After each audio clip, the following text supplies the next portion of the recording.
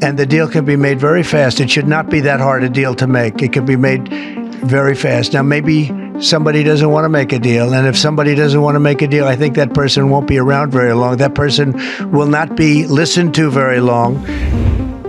That Russia wants to make a deal. I believe certainly the people of Ukraine want to make a deal. They've suffered more than anybody else. We talk about suffering. They've suffered. But if you think about it, Mr. President, what do you need to see from President Zelensky to restart these negotiations?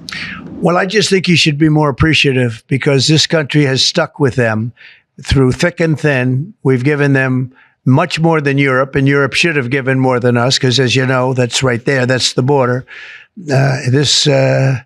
This country really was like the fence on the border. It was very important to Europe, and I'm not knocking Europe. I'm saying that they were a lot smarter than Joe Biden because Joe Biden didn't have a clue. He just gave money hand over fist, and they should have been able to equalize with us. In other words, if we gave $1, they should have given. Well, we gave 350 billion. They probably gave 100, but on top of it all, they get their money back because they're doing it in the form of a loan, and it's a secured loan. So when I saw that, which I've known about for a little while, I said, it's time for us to be smart.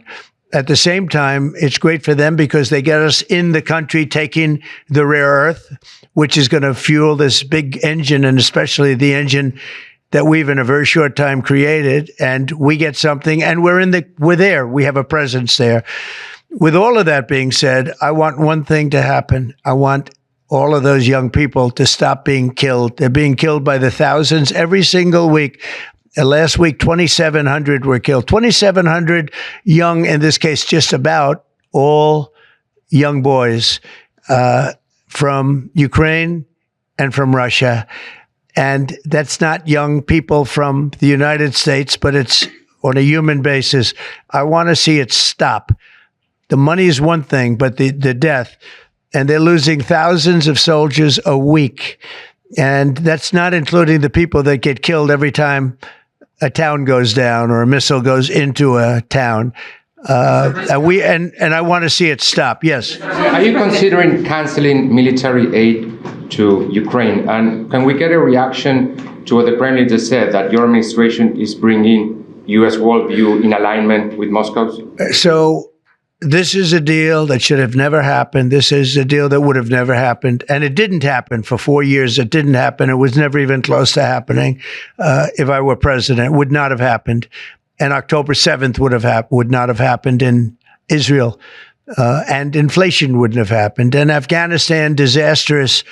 The way they withdrew, not the fact that they withdrew, but the way they withdrew would have never happened. And we would have had Bagram right now instead of China having it. It was 1 hour away from where China makes their nuclear weapons. We would have kept Bagram with one of the biggest air bases in the world. All of these things happened, and it's a shame. But it is what it is, and now we're here. I want to see it end fast. I don't want to see this go on for years and years. Now, President Zelensky supposedly made a statement today in AP. I'm not a big fan of AP, so maybe it was an incorrect statement, but he said he thinks the war's going to go on for a long time. And he better not be right about that. That's all I'm saying. This project, could this minimize the impact of the U.S. with chips should China decide to isolate Taiwan or China decide to take Taiwan? Well, it's a very interesting point. It's a great question, actually, but this would certainly, I can't say minimize. That would be a catastrophic event, obviously, but it will at least give us a position where we have, in this very, very important business, we would have a very big part of it in the United States. So it would have a big impact if something should happen with Taiwan. Russian sanctions. Are you looking at relieving Russian sanctions if there is a peace deal? Well, we're going to make deals with everybody to get this war, including Europe and European nations. And they've acted very well. You know, they're good people. I know most of them are friends of mine. The heads of state, the heads of the various countries, prime ministers from the different. I got four prime ministers and 5 presidents called me over the last 2 days, and they want to work it out. They want to get it worked out. And I think they're also, you know, they're talking money, but the money is less important than the deaths. We're talking thousands of young people a week. And people would say, why do I care about Ukraine? young people. What do I care about? And not all young, but they're pretty young. You know, Ukraine is running a little bit low, and they're getting older. They're recruiting older people. It's a very, very sad thing that's happening over there, and we want to get it finished. We want to stop the death.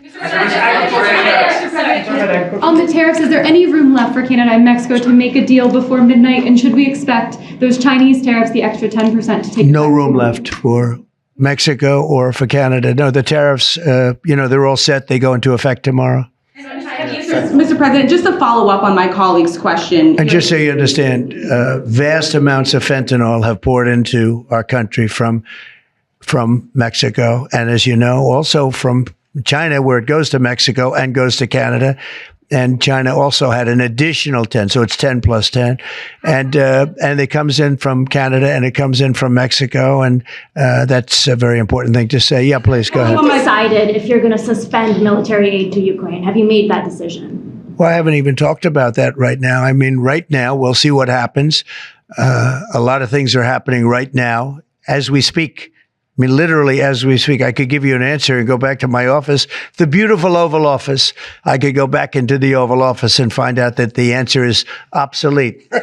It's like his business. It's obsolete. You come up with a new chip and it's obsolete about 2 minutes later, right? But that's what's good about his business. That's why he's the only one that's successful in it. But to follow up my colleague's question from Russia saying that your foreign policy is largely in line with their vision, should that be concerning to Americans? said what? Should that be concerning to Americans? Read the statement. That Russia says that your administration's foreign policy is, quote, largely in line with their vision.